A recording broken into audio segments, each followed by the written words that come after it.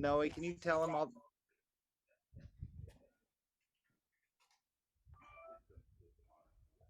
Who are we talking to?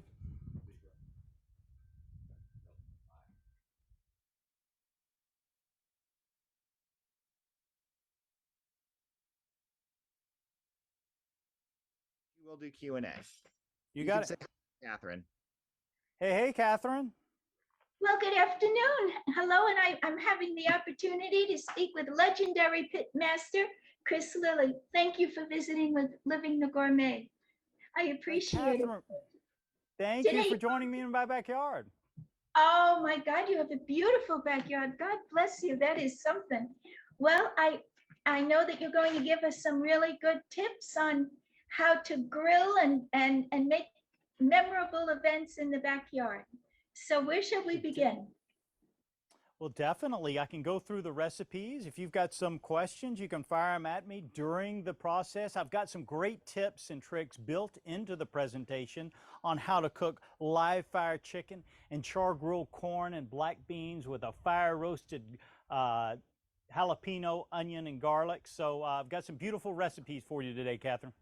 Well, that sounds wonderful. Now, do you have any tips on what you should do with your grill before you even begin grilling? Well, typically I like to prep my grill to get it ready. So what that is I take a stiff bristle brush just like this one, and I want to scrub the grill grate. And then I want to take a application of oil and oil the grate. So that'll keep the food from sticking to the grate and make sure it's good and clean and ready to go.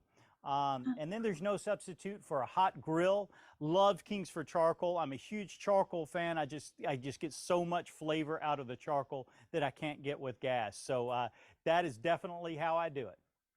Well, me too. I prefer charcoal. I don't even have a gas grill. I have a charcoal grill. So I'm on with you on that. And also it's so nice to have the fire linger, and then you can toast marshmallows and things like that. So it's just not the same with a gas grill. And you're exactly right.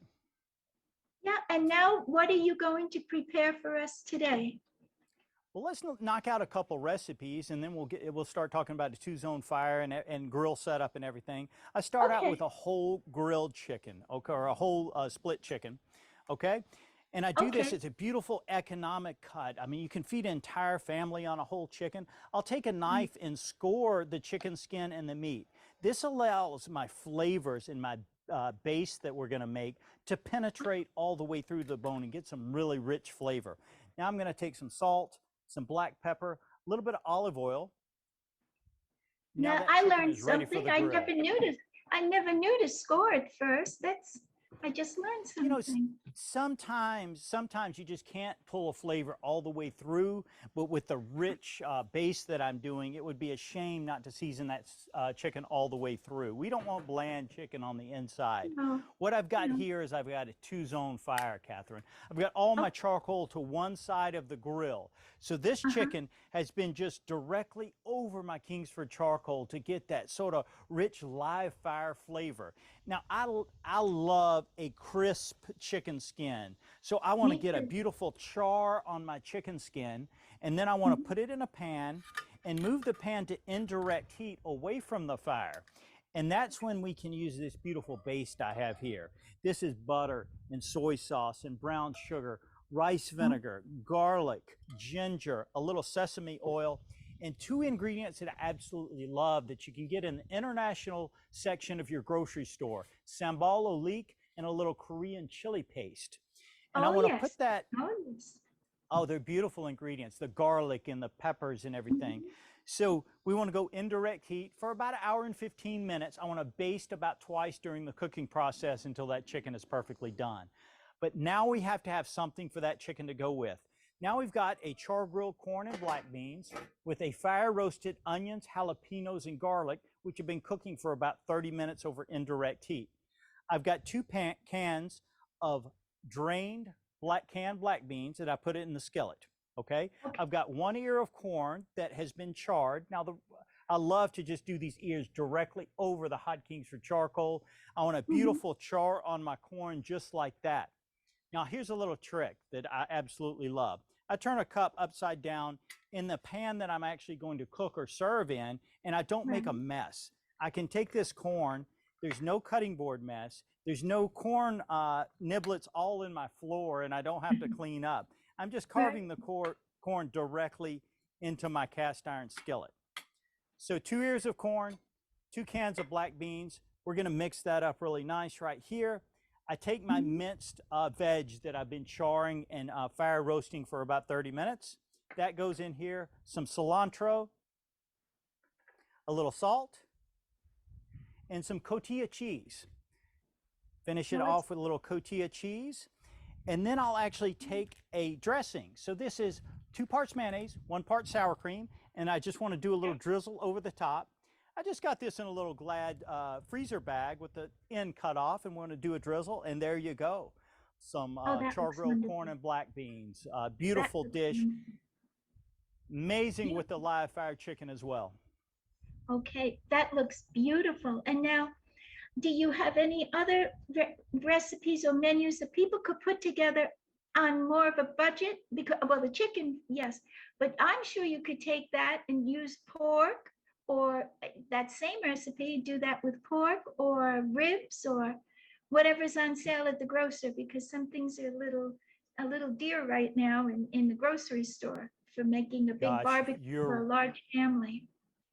You are right, and the chicken is my number one on cost-effective proteins for the family. Also, think about a pork butt. You know, you can get a pork butt for about $17, and you can feed make about that many sandwiches. You can feed an army for one whole pork butt. Also, some great ideas. Sometimes you can get salmon and do a cedar plank, charcoal grilled cedar plank salmon on the grill. That's absolutely phenomenal. Grilled portobello mushrooms, I can get those at a discount here and there if I want to go vegetarian.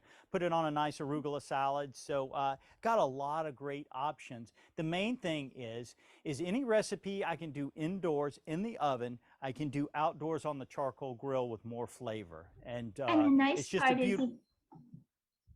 Yeah, you could grill right through the fall and have beautiful backyard gatherings. So, and with your backyard, oh my, you probably have someone coming over every weekend. It's so beautiful, just so beautiful.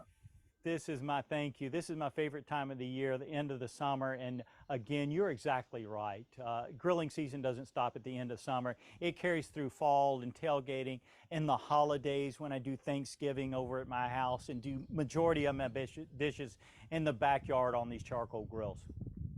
And your go-to is Kingsford. I see it in the background. The Kingsford. Love me some.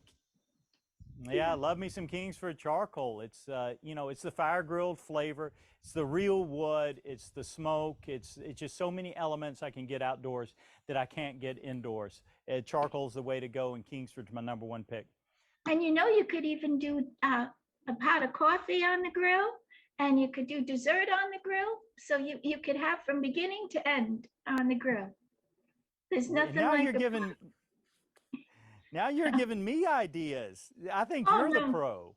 No.